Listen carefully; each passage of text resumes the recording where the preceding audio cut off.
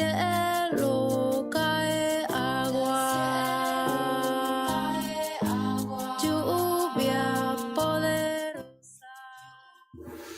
¿Querés arrancar la mañana bien informado? ¡Rompelo! Infosiberia, las noticias en tu celular.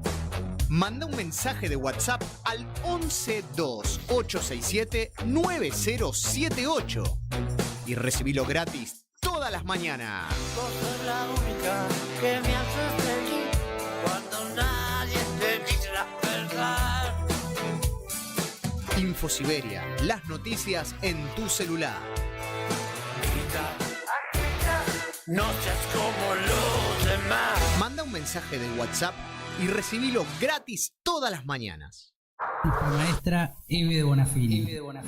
En Caput Nos enseñó a pelear. pasan cosas. Amado Vudú. ¿Quién puede decir que nuestra democracia tiene padre cuando en realidad lo que tiene es madres? Las madres de nuestra democracia son las madres de la Plaza de Mayo, la madre de nuestra democracia es Eve de Bonafini. Ningún padre. Dora Barrancos. Ella era muy barroca. Creo que había una onda, una ternura. Ulises Gorini. No era políticamente incorrecta, era plebeya, hablando de los otros modales, de ese correr los límites de lo posible, de lo que se podía decir, de lo que se podía hacer. Era una profunda revolucionaria. ¡Eve de Bonafini! ¡Presente! ¡Ahora! ¡Y siempre! Radio Caput. Eve le dio mucho amor a Radio Caput. Esas cosas. La hora de Moreno.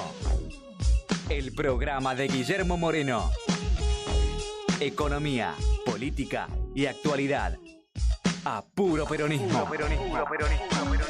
Los viernes a las 19 en Caput. Soy muy tímida. Ok. Radio Caput.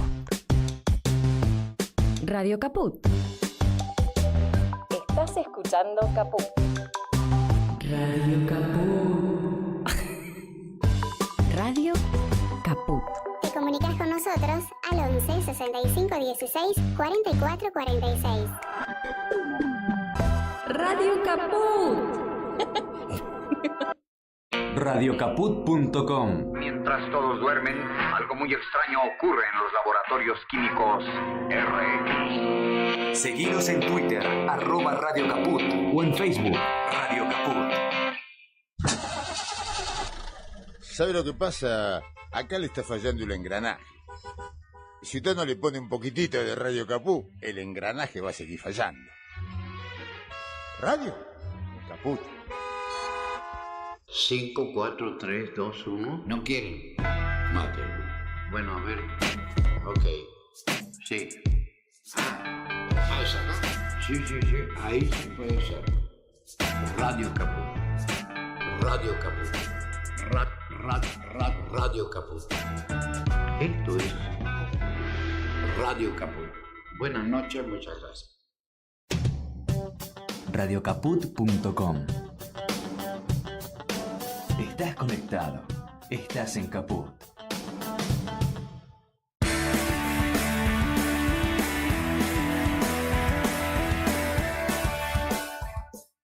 Bienvenidos, bienvenidas al capítulo número 55 de la segunda temporada de La Palabra Justa Rock, el programa de Agencia Paco Urondo por aquí por Radio Caput.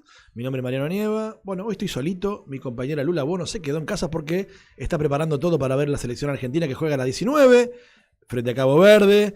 Este va a ser un programa express, va a ser un programa corto, un programa justamente atravesado por el Mundial, por la locura que despierta la selección de Scaloni. Entonces vamos a ir hasta las 6 pasadita más o menos y ya todo el mundo va a salir corriendo a sus respectivos hogares o hacia el lugar que haya elegido, solo con amigos o con quien quiera, para ver una vez más a Leo Messi y compañía. Así que bueno, pero no queríamos dejar de hacer este programa porque la verdad que siempre nos trae cosas lindas, siempre nos trae novedades y sobre todo rock, mucho rock, ese rock que amamos, ese rock que queremos, ese rock que nos ha formado y que sigue siendo refugio para alguien como yo, por ejemplo, y como seguramente alguien como todos aquellos y aquellas que están del otro lado también.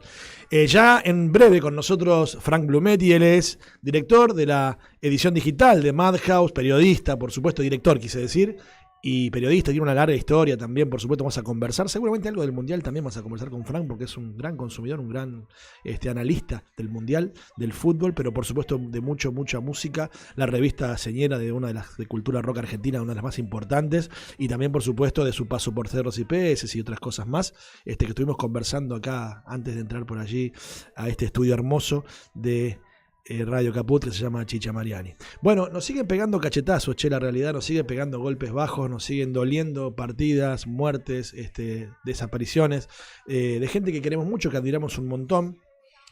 Junio ya nos había dado duro y parejo con la muerte del Indio Solari el 5 de junio, y bueno, nos estamos despidiendo, o despedimos el mes también con dos pérdidas muy tristes, muy lamentables, muy prematuras. Una es, por supuesto, el enormísimo, eso quise decir, enormísimo Daniel Melingo, músico, actor, compositor, cantante, instrumentista, bueno, por supuesto, abuelo de la nada, Twist, y una gran carrera solista también, que incluyó no solo el rock, sino también el tango, esas músicas urbanas por antonomasia, esas músicas urbanas bien nuestras. Así que bueno, se ha desaparecido, se ha ido Daniel Melingo a los 68 años, murió en su otra patria, en España, lo encontró su hijo, y bueno, la verdad que una tristeza muy grande, inundó las redes sociales, a todos aquellos que lo hemos conocido, que hemos admirado su obra, que los hemos visto en vivo. Ahí está compartiendo la producción a Yelén Mancilla, nuestra productora, las fotos que le pude tomar hace unos cuantos años, antes de la pandemia, año 2017, en la Usina de las Artes, en una de esas grandes presentaciones que hizo Daniel, ya por supuesto haciendo tangos en particular, ¿no? Uno recuerda discos como Lingera, como Ufa, por ejemplo, grandes trabajos del muñeco que, bueno, han quedado, perdurarán por siempre. Y bueno, nosotros también desde aquí, como hacemos siempre con nuestros héroes, con nuestros artistas, con la gente que adoramos y que admiramos, rendimos este homenaje que nos sale, ¿no? Unas palabras, un poco de su música, imágenes también, por supuesto. Hay una famosa y una hermosa imagen con Fabi Cantilo, esa vampiresa Fabiana Cantilo, hermosa, sobre el escenario de la Usina. Así que bueno, queremos despedir, entonces queremos homenajear, queremos recordar entonces al enorme Daniel Melingo en esta tarde mundialista también, como decíamos recién, ¿no? Las cosas se imponen, la realidad se impone. Quiero mandar un saludo también de paso a Lula Bono, mi compañera, que acabo de mencionar también recién, que hoy no va a estar, pero bueno, seguramente la semana próxima ya con nosotros. También a Joaquín, aquí nuestro nuevo, ya habitual operador, nos va a ir acompañando todas las semanas también, así que gracias a Joaquín por estar del otro lado de la pecera, en la operación técnica, en los controles. Y bueno, y aquí también tengo sobre la mesa de trabajo mi CD de los Twist, La Dicha en Movimiento, primer disco de la banda de Chipolati, también por supuesto de Daniel Melingo, y está firmado por Daniel, ¿no? Acá traje también un recuerdo que guardo con mucho cariño, acá la firma de puño y letra de Daniel Melingo. Esto fue en el 2016, vaya a no saber dónde, no recuerdo, pero bueno, ahí tengo la firma de él, como también de Pipo del Interior y también de El Gonzo Palacios, otro querido amigo. Así que bueno, queríamos entonces recordar, abrir este programa express, breve, que está atravesado por el Mundial, con el recuerdo, con palabras alusivas y con este recuerdo, insisto, de vuelta al queridísimo y al enorme Daniel Melingo, para dar paso entonces a la primera parte, que ya se viene entonces la parte sustanciosa, la parte bien potente de este programa, que es Fran Brunetti, que ya con nosotros se viene en minutos nomás. Escuchamos a Melingo. Antes de escuchar a Melingo, quiero leer una pequeña reseña que me preparó también la producción, y dice lo siguiente: Daniel Melingo, multiinstrumentista, además de cantante, se desempeñó en la guitarra, el clarinete y el saxofón. Recorrió diversos géneros a lo largo de su carrera, además del rock, como el folclore y el tango, género en el que desarrolló gran parte de su etapa solista. Fue cofundador de los Twist y formó parte de Los Abuelos de la Nada, junto a Miguel Abuelo, Calamaro, Cachorro López, Gustavo Basterrica y Polo Corbella. Dentro de sus composiciones más conocidas se encuentra Chalamán, Jugando Bula Bula y Cleopatra, la reina del twist. También participó en varios trabajos discográficos de Horacio Fontova, Sumo, Fabiana Cantilo y Charly García. También agrego, cantó junto a Los Espíritus, una otra banda también que adoro y que quiero mucho. También participó ahí y puso su voz el enorme Daniel, de cuya banda fue integrante, de Charly, durante la etapa de Piano Bar. En el 2021 fue nombrado Personalidad Destacada de la Cultura por la legislatura de la Ciudad Autónoma de Buenos Aires. Ahora sí, dicho esto, vamos a escuchar un tema de Melingo, vamos a escuchar Corazón y Hueso, y ya Fran Brunetti. Tengo la ilusión que me está siguiendo.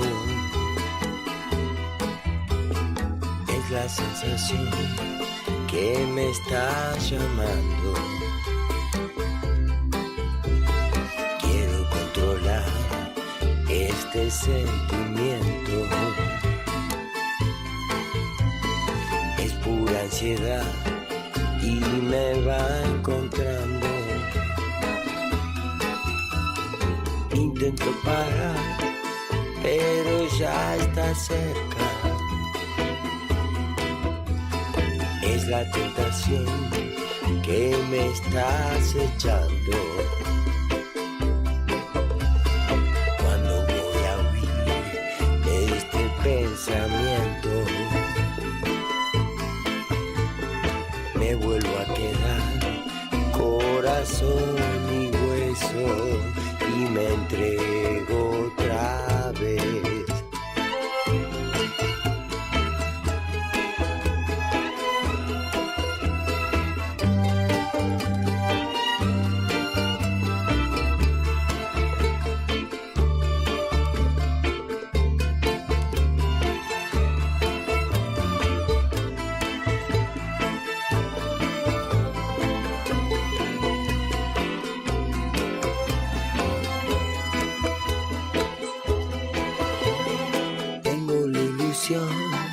Que me está siguiendo.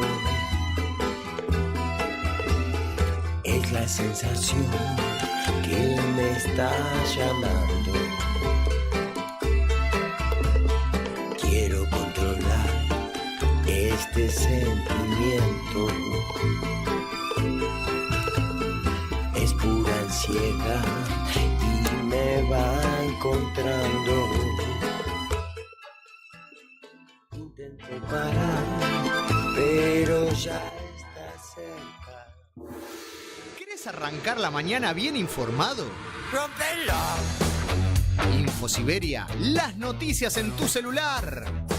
Manda un mensaje de WhatsApp al 1128679078 y recibilo gratis todas las mañanas. Vos sos la única que me hace feliz cuando nadie te dice la verdad. Infosiberia, las noticias en tu celular.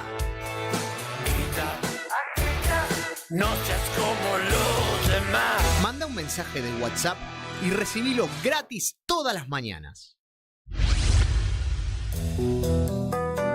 La lupa mágica de la palabra, donde se nos asoman los de las teclas y nos proporcionan un pedazo ya. La lupa mágica de la palabra, con la conducción de Alejandro Gil, desde San Miguel de Tucumán. La lupa mágica de la palabra. La palu cájima de la bralapa. De lunes a viernes a las 12 de la noche. En Capó. Soy muy tímida. Ok. Radio Caput. Radio Caput. Estás escuchando Caput. Radio Caput. Radio Caput. Te comunicas con nosotros al 11 65 16 44 46. Radio Caput. Usted se comunicó con la palabra justa rock en Radio Caput. Por favor, deje su mensaje después de la señal. Buenas tardes, les habla Lucio Arce con un saludo cordial para toda la muchachada de la palabra justa rock, para contarles que ya está disponible en todas las plataformas nuestro nuevo álbum El Remedio a la Tristeza, mi sexto álbum, y que lo vamos a estar presentando este miércoles 8 de julio en Lusuriaga Club Social, que queda en la calle Lusuriaga 348, como el tango a media luz, Corrientes 348. Bueno, Lusuriaga 348 en Barracas el 8 de julio y el espectáculo es a la gorra. Así que el que no pueda colaborar, nosotros lo invitamos. Me van a estar acompañando Néstor Basurto en la guitarra, que además produjo el disco, y su hijo Astor. Les dejo el misterio para que adivinen qué instrumento toca Toda la información está en el Instagram, en el Facebook, por todos lados. Muchísimas gracias.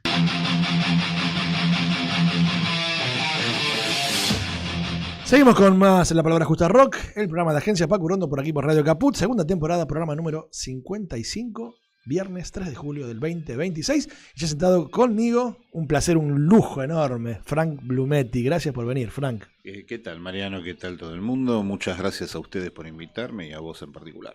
Estábamos recordando recién en la entrada, Frank, a Daniel Melingo, ¿no? Este junio que nos pegó duro, ¿no? Con el Indio primero, con Melingo después.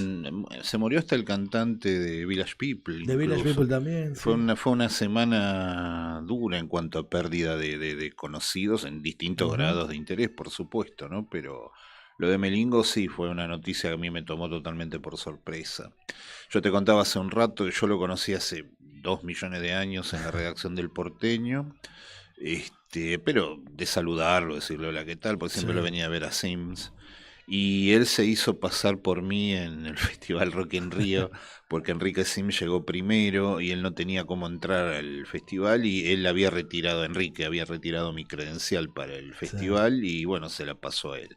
No sé cómo pasó, porque yo en esa época tenía abundante cabellera, cosa que hoy cuesta imaginar, pero no sé, ni le habrán mirado la foto, así que bueno, esa es la pequeña anécdota con Melingo que tengo. Después lo vi también ahí en Brasil, pero todo muy, muy, muy, muy leve, ¿no? Hablaste del Porteño, inevitablemente pienso ya rápidamente en de Sims, Cerdos y Peces, porque fue un apéndice al principio del Porteño, ¿no es cierto? Exacto, primero fue como un insert dentro de la revista y tuvo tanta buena repercusión, cayeron cartas, gente que estaba muy contenta con Cerdos y Peces, que decidieron hacerle una revista aparte, ¿no? Y lo hicieron, y ahí me ofrecí yo para escribir de heavy metal en aquel momento. Le dije a Enrique que le faltaba un poco más de rock a la revista, y de rock en particular, y de heavy metal en particular, y Enrique que, no sé, estaría en un estado muy, muy particular, pero me tuvo fe y me dio 2 páginas y ahí empecé a escribir profesionalmente. Y la revista duró muy poco en aquel momento, 4 números en esa primera época, porque bueno, cada provincia tiene su legislación, entonces cuando mandaban las revistas a las provincias, en muchos lugares las devolvían o las prohibían directamente por el tipo de notas que tenían. Gabriel Levinas, que era el director del Porteño en ese momento, en un momento dijo, para venderla solamente en Capital realmente no tiene sentido el esfuerzo, y la dejaron de hacer.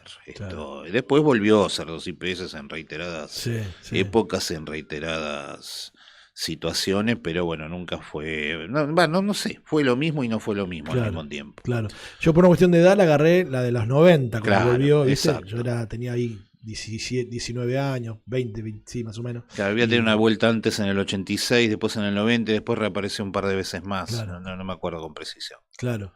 Y antes del Porteño, antes de Cerdo, Frank, ¿de dónde venías? ¿Cuál era tu formación? ¿Cuáles han sido tus primeros palotes?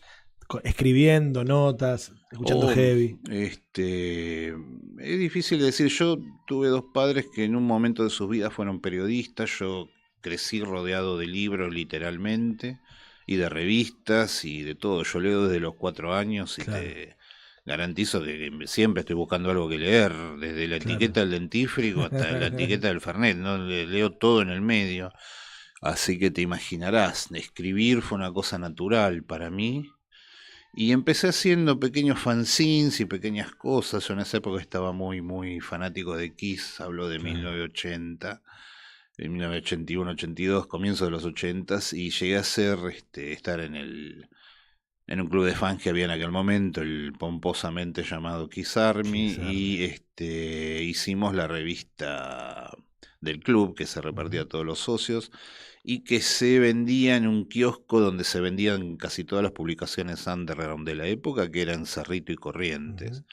Y nos iba tan bien con esos, el dueño del kiosquero estaba chocho, porque le traíamos 20 ejemplares, lo vendían en 5 minutos porque no había nada similar. Con los años me han dicho que fue el primer fanzine de habla hispana de Kiss en toda la historia de la humanidad. No sé si es verdad o no. No sé qué mérito representa eso tampoco, pero parece que fuimos los primeros en algo, y por una vez en la vida, que eso en todo caso no está tan mal. Claro. Que la época sería la época de Dinastía, la época por ahí, ¿no? 79, 80. Por 79 sí, Unmasked, Claro. después de Dinastía y a poco antes de The Elder, más o menos Claro. en esa época.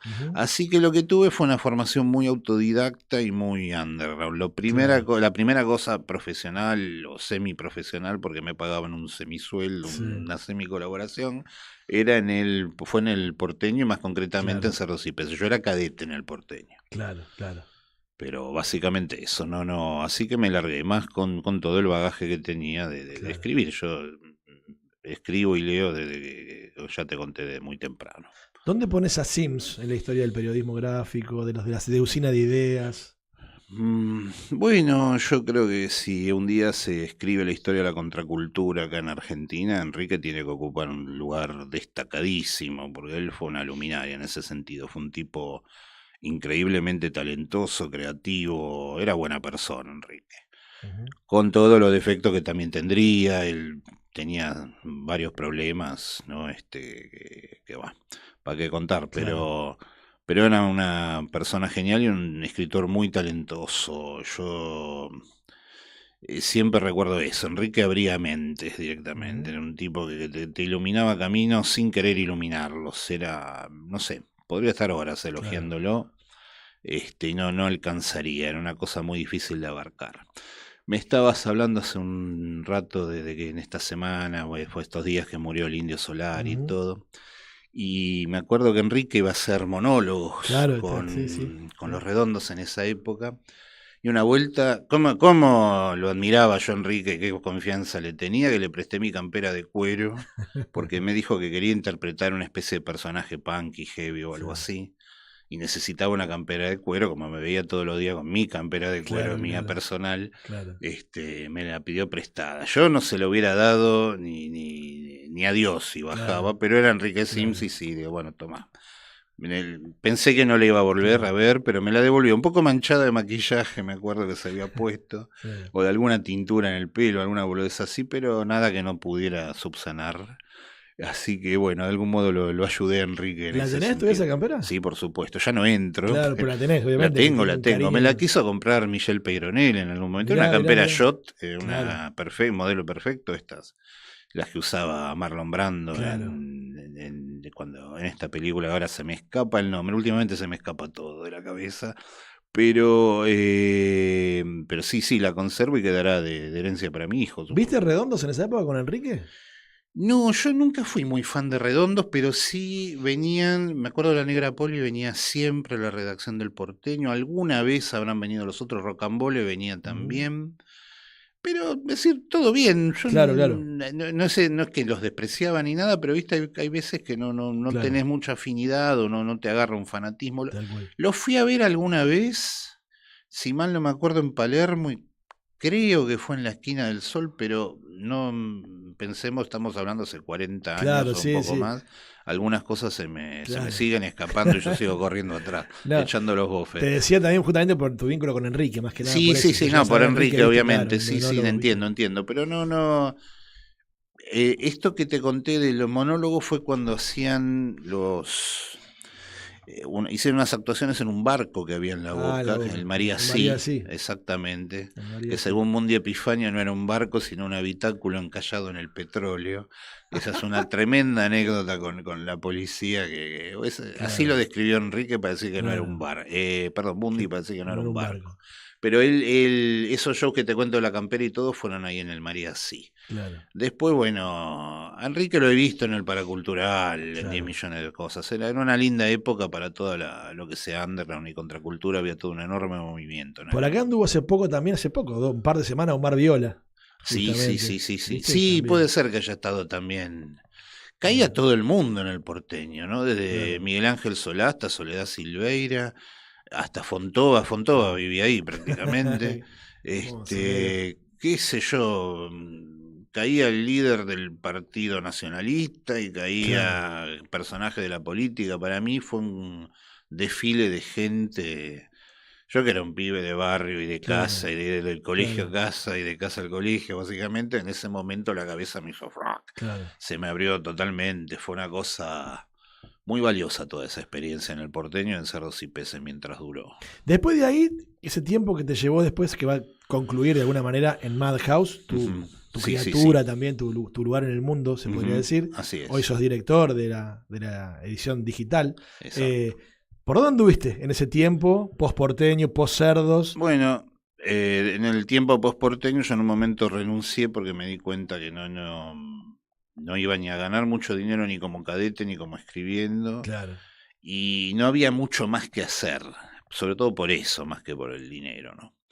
Entonces me fui, agarré laburitos varios para sobrevivir y empecé a laburar en distintos medios, en un montón de medios metiendo colaboraciones. Era la época del Destape, escribí en un par de revistas. Una vez se llamaba Destape justamente, con chicas en bolas Sí, y sí, todo sí. eso en aquel momento, que era el momento que se había ido la censura y Claro. todo. Siempre de música.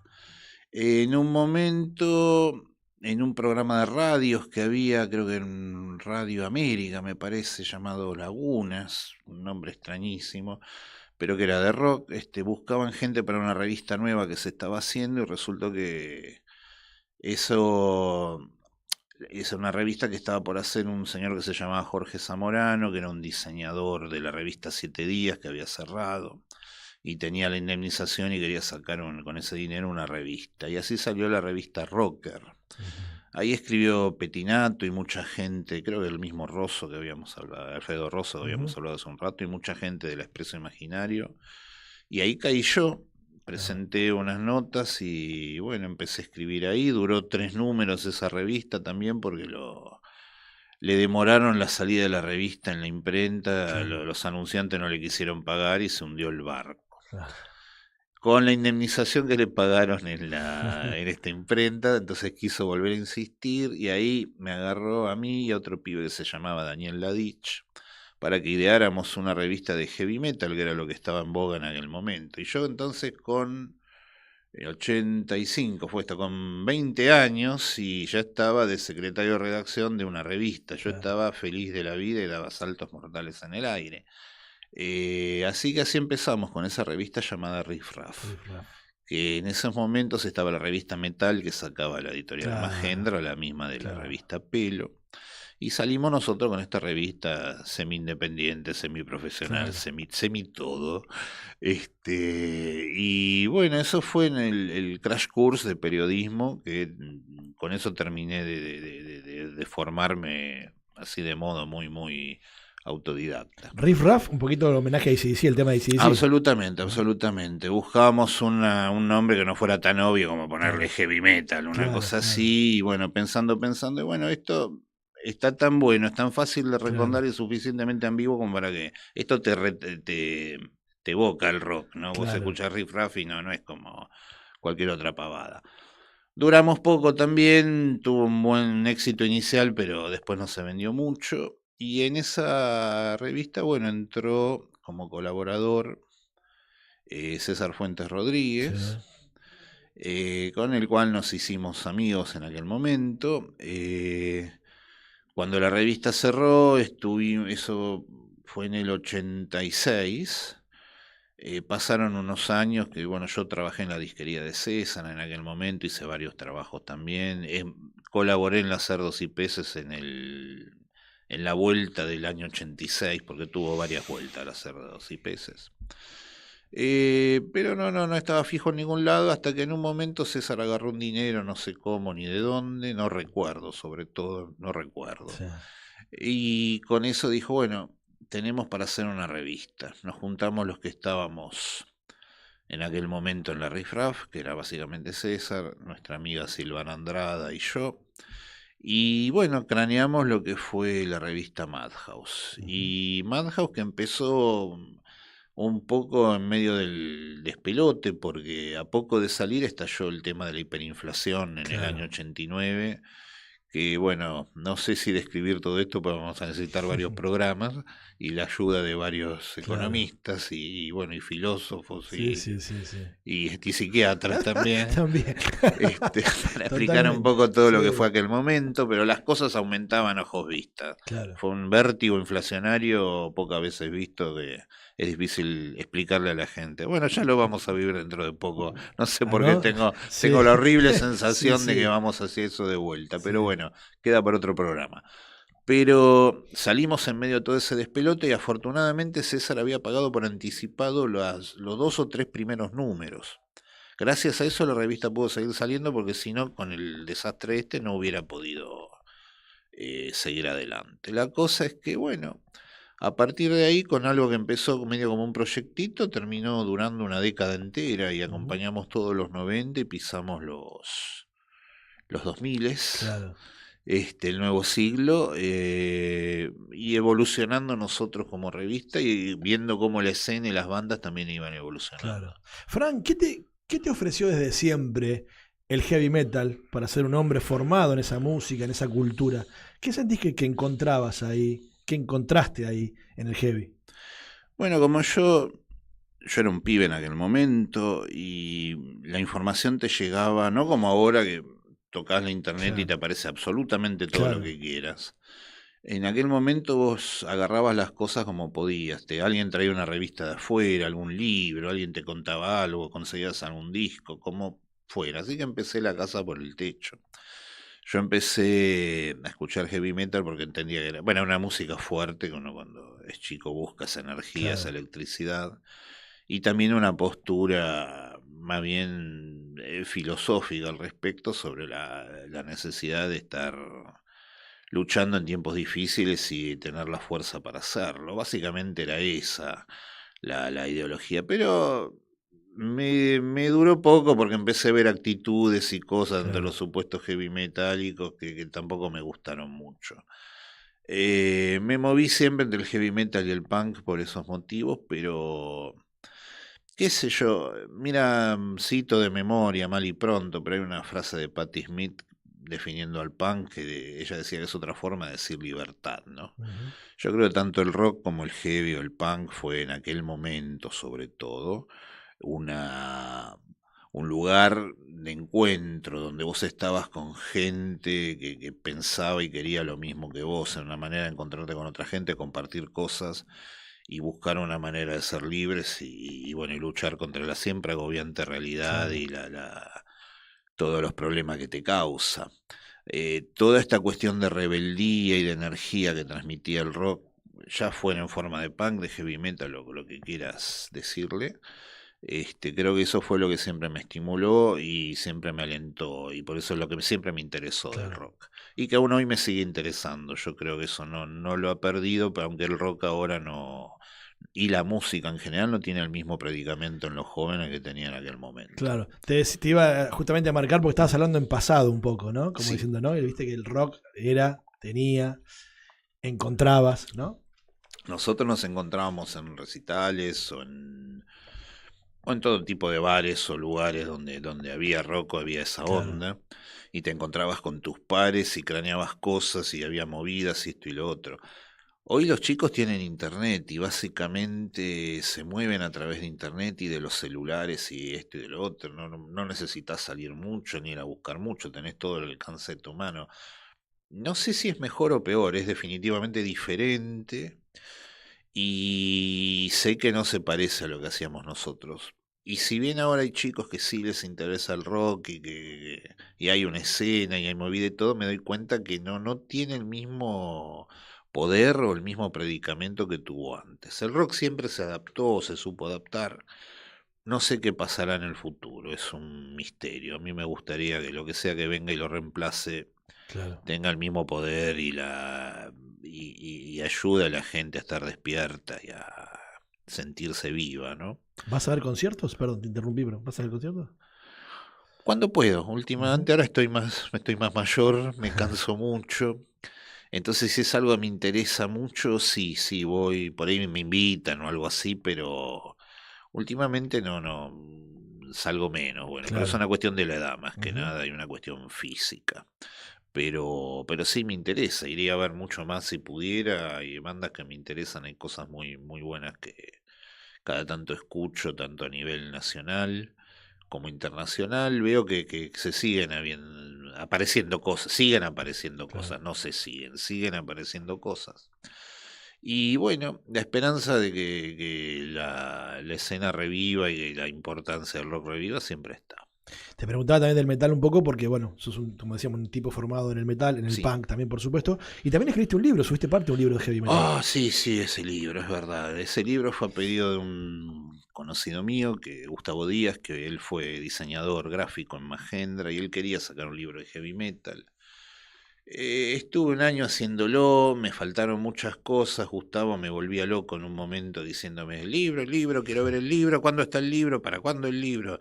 Me llamaba a las 3 de la mañana, no sé, me ponía pasacalle, le faltó un telegrama cantado nada más. En un momento me tenía tan podrido que agarré el borrador que tenía del libro y le digo, bueno, mira, toma, acá está, mira, léelo. Fíjate que ya está hecho, tranquiliza tus nervios, después me lo devolves, así yo lo puedo terminar, porque le faltan muchas cosas. Ah, bueno, sí, genial, fenómeno. Pasaron 15 días que no supe más de él, cosa me extrañó. Digo, qué raro. Son las 3 de la mañana y no está sonando el teléfono preguntando cuándo está el libro. Así que una vez lo llamé y le digo, escúchame, ¿leíste el borrador? Ah, sí, ya está en la imprenta, me dice. ¿Cómo está en la imprenta?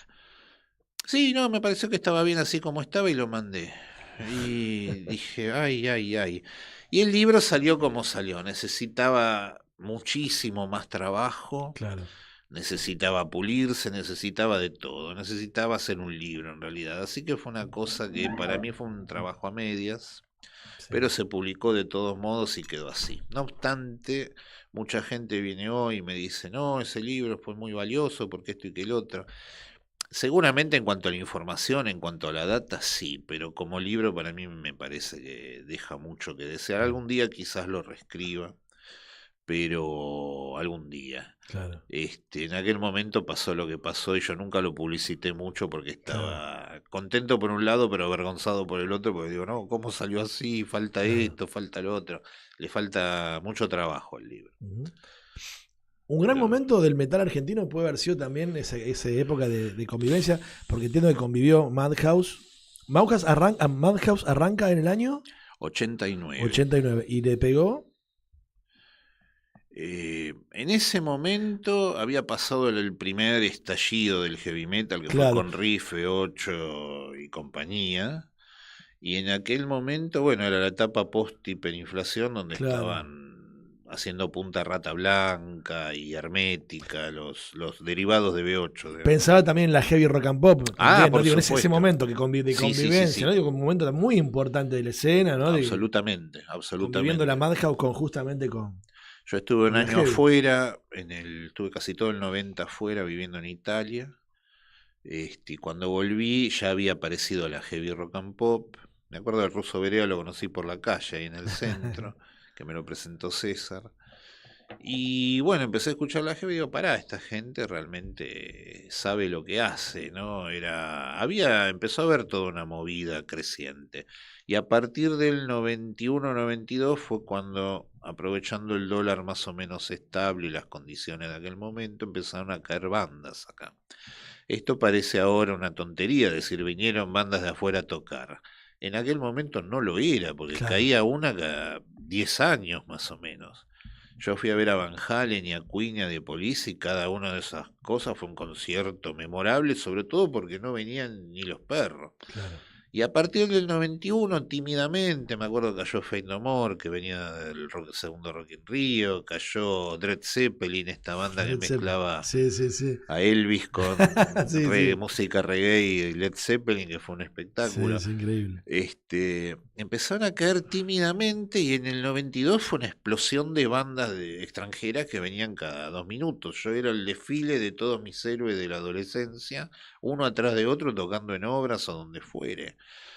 Y bueno, todo ese crecimiento también impulsó a la escena de acá, porque al estar el dólar sobre todo estable, mucha gente se pudo equipar, empezó a crecer todo. Y Madhouse creo que acompañó ese crecimiento, y si vos ves la revista desde sus primeros números hasta el final, creció enormemente, era otro tipo de publicación en todo sentido, ganamos experiencia y aparte empezamos a hacer las cosas mejor, ¿no?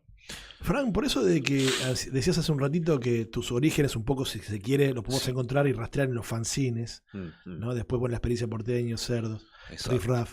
¿Te fue difícil pasar o tener que abandonar por una cuestión de imposición del tiempo nuevo el papel para pasar al mundo digital con la Madhouse, por ejemplo? Sí, es una buena pregunta porque todavía lo estoy descubriendo eso. Mi intención no era hacer una web. Tengo un amigo que vive ahora en Nueva York, que es cineasta, y en un momento me propuso hacer una especie de canal en YouTube y ponerle el nombre de Madhouse. No estaría mal, pensé yo, es una cosa nueva. Claro. Nueva, estamos hablando hace 10, 15 años atrás. Es algo relativamente nuevo para mí, que yo podría empezar con esto. No me gusta la idea. Y en ese momento este pibe, cuando ya teníamos todo más o menos cocinado, consiguió un trabajo en Nueva York y todavía vive allá. Se fue para allá y vive allá. ¿Qué le iba a decir?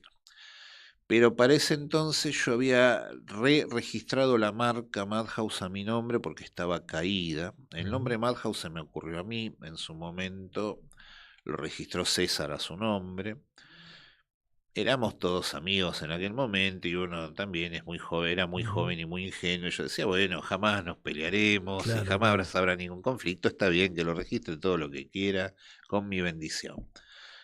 Bueno, la cosa es que después con César terminamos muy peleados, es una larga historia.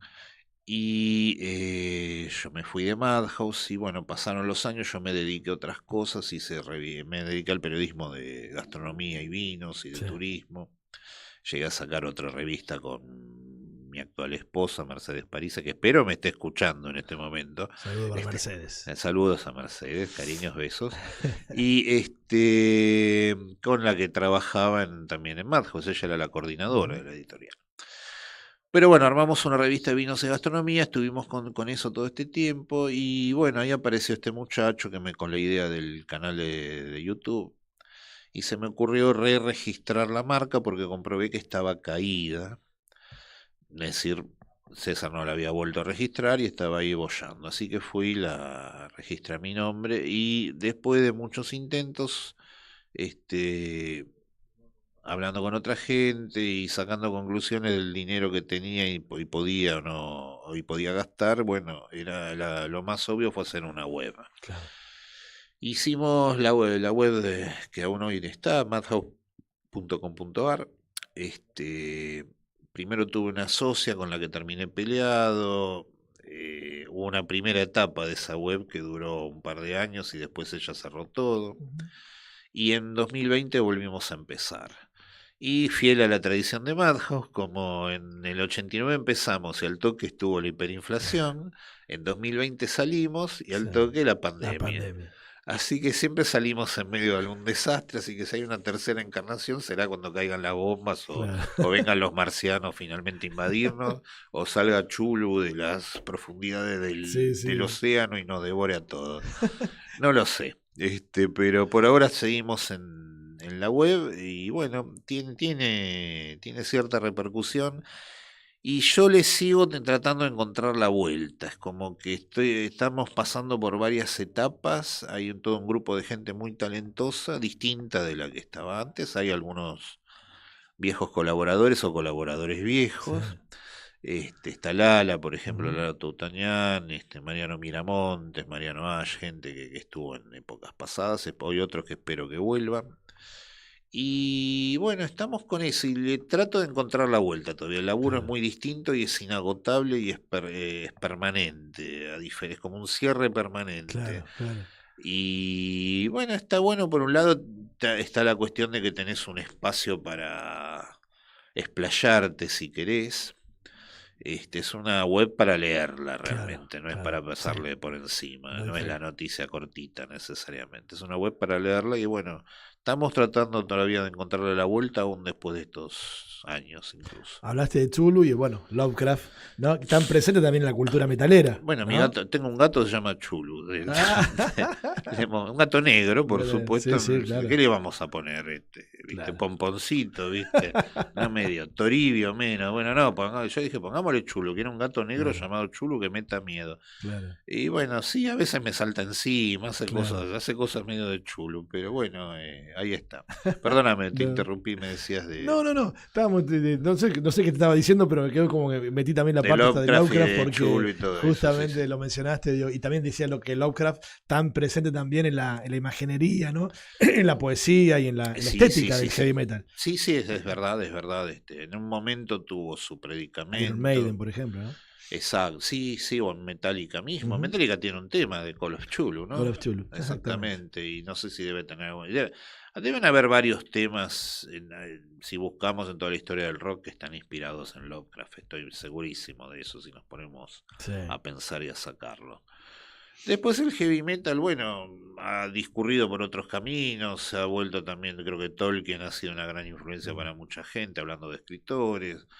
Y hoy en día está ahí como decían en Padre de Familia acerca del Padrino, es una película que insiste sobre sí misma. Sí. Bueno, el heavy metal creo que insiste sobre sí mismo hoy en día, pero no quiere decir que sea así para siempre. Hay veces que hay periodos más oscuros o menos creativos y bueno, en algún momento estoy seguro que encontrará un crecimiento y una evolución Ujú. que lo lleve a otros lugares más valiosos que lo que está ahora. Le pido a los chicos si me puede poner de vuelta la placa con las tapas de la Madhouse, si es posible. Sí, y quería preguntarte acerca de eso, Frank, ¿cómo trabajaban las tapas? También ahí hay una colección, hay una parte. ¿Qué Ay, recordás Dios mío. de eso, no? Digo, y cómo trabajaban la tapa, que es el rostro de la revista, de alguna manera, ¿no? Bueno, las primeras tapas que se ven ahí arriba y se ven a Metallica y Halloween y la palabra Oasis, que es de Guns N' Roses, ¿no? Ujú.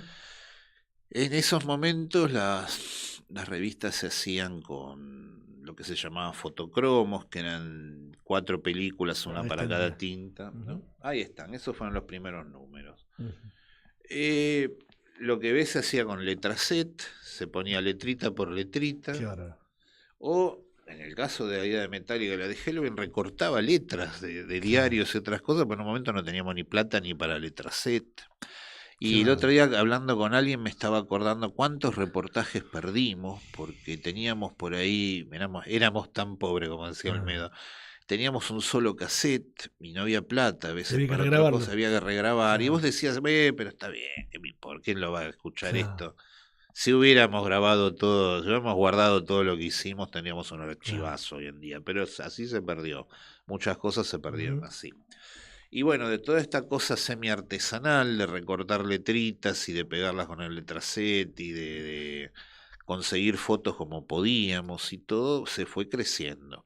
Empezamos a tener corresponsales en Europa y Estados Unidos, las notas que nos llegaban ya eran de primera mano, no eran un compilado de cosas, que no es que está mal hacerlo tampoco, ¿no? Es una investigación, pero ya teníamos los reportajes y cosas de primera mano, empezó a caer gente acá. Y luego empezó a aparecer la PC. Claro. Eso fue otra cosa que no había antes, y te estoy hablando del 92, 93 Ujú. más o menos, que ahí se empezó a popularizar el Claro. uso de que cada quien tuviera una computadora en su casa. Aparecieron programas como el PageMaker o el Corel que te ayudaban a diseñar la revista ahí mismo. Dejábamos de hacerlo en las páginas de diagramación, que estaban hechas en tinta celeste para que después no apareciera en la imprenta, que eso no se viera. Y empezamos a virar hacia la época de la computación, lenta pero progresivamente. Y hacia el final de la etapa de la revista en papel, empezó a aparecer internet y a tallar cada vez más fuerte. Claro. Que eso también fue un cambio. Tal vez en aquel momento, hoy uno rememora y entra en la dimensión de si hubiéramos hecho tal cosa o si hubiéramos sabido tal otra. Sin duda hubiéramos hecho las cosas de modo diferente y mejor, al menos en algunos aspectos. Pero sí podríamos haber empezado con una web, y eso no lo hicimos en un momento porque estábamos muy verdes en algún momento y apenas dábamos abasto con la revista en papel, ¿no? Claro. no teníamos mucho tiempo ni mucha energía para imaginar muchas más cosas, pero debimos haberlo hecho. Esa es una de las cosas que, las espinas que uno tiene clavadas, ¿no? En el debe, como diciendo, sí, la verdad podríamos haber hecho un poco más en aquel momento. Pero bueno, teníamos muchos conflictos internos. En un momento, dentro de la misma editorial, apareció otra revista que básicamente hablaba de lo mismo, más especializada, como era la Epopeya, y no se podía estar así. Claro. Era el nombre Madhouse, yo creo que fue muy, muy determinante, ¿no? Porque realmente era un manicomio. Lo pusimos porque era una. Presentamos 10.000 nombres que César rechazaba a todos, me acuerdo. Pero al final Madhouse, no sé por qué motivo le gustó. Y es como que reflejaba un poco lo que era la escena del rock and roll en aquel momento. Un aspecto más divertido y qué sé yo, pero igualmente con cierta demencia también. Era todo como un caos de donde salían cosas muy bien, muy buenas y otras cosas muy malas también. ¿Te quedó un archivo personal de revistas? Sí, las tengo casi todas. Algunas me faltarán. Yo tengo hasta el último número en el que yo escribí. Después la revista continuó unos 5 o 6 números más, pero esos no los tengo ni los quise leer jamás. Claro. Ni siquiera los leíste, ni siquiera nada. Los leí, ni el contenido, nada. No. Ahí sigo dirigiendo la revista, lo pusieron en mi lugar a Hugo García, que hoy está en la Headbangers. Hugo es un gran pibe y un gran profesional y un muy buen amigo, y todo bien con él, pero no, el problema no era con él. Claro. No quise saber, no quise mirar atrás. Y como es de las que saqué, que llegué creo que hasta el número 119, si no me equivoco, me faltarán unas 7, 8 revistas que se habrán perdido en mudanza. Realmente es inexplicable. El otro día las estaba controlando porque hay un archivo de revistas en internet, Agira, ¿no? Archivo histórico de revistas argentinas que nos estuvieron buscando para escanearlas y ya subirlas a la web, que espero que ese proyecto se pueda hacer.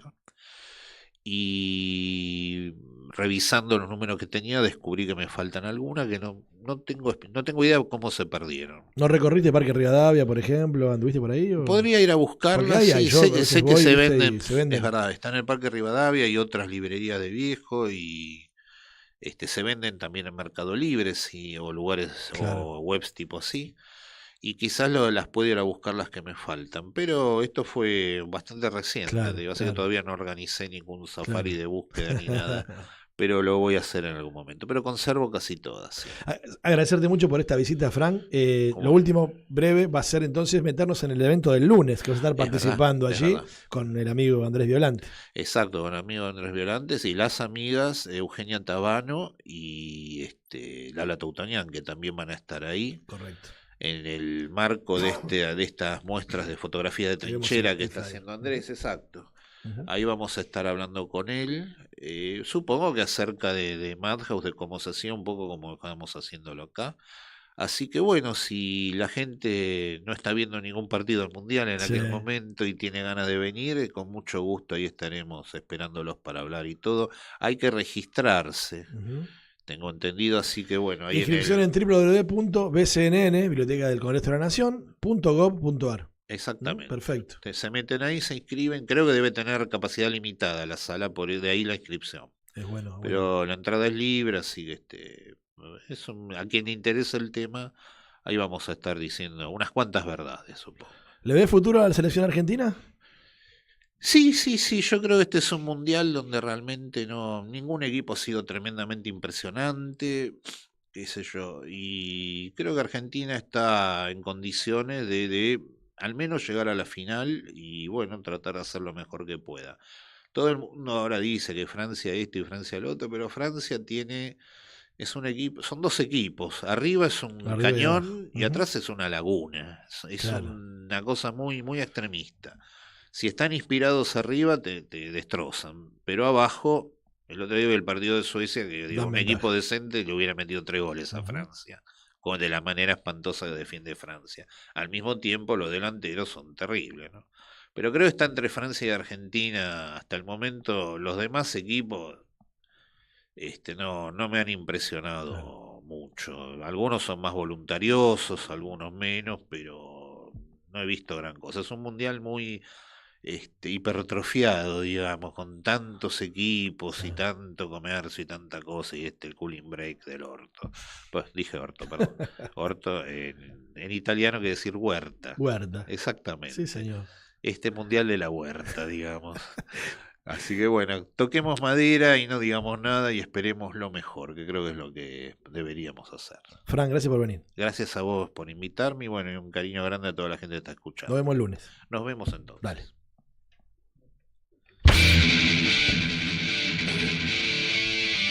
Se me tocó la nariz.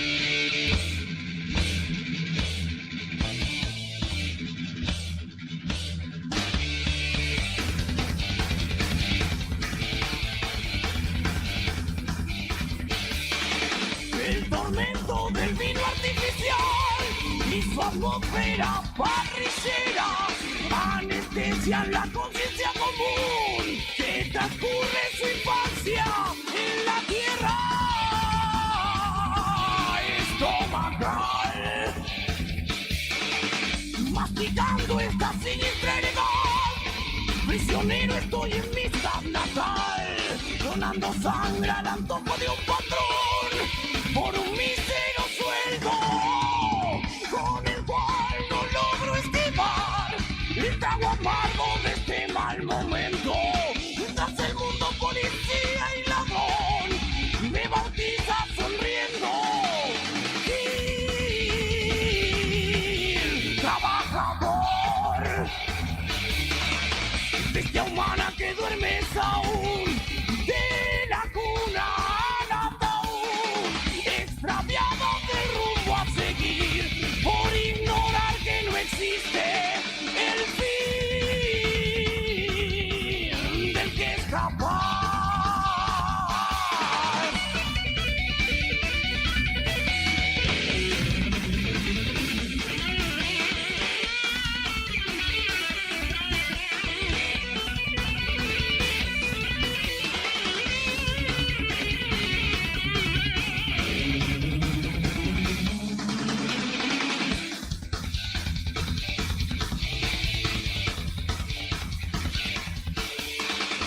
De Pacheco a la paternal, pedo suda 3 de febrero, 1000 amigos con el corazón esperan esta canción para atravesar el trago amargo de este mal momento. Mientras el mundo policía y ladrón me bautiza sonriendo. Gil trabajador,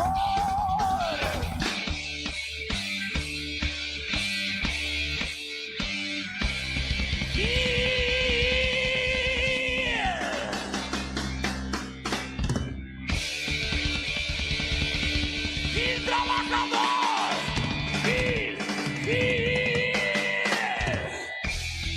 trabajador.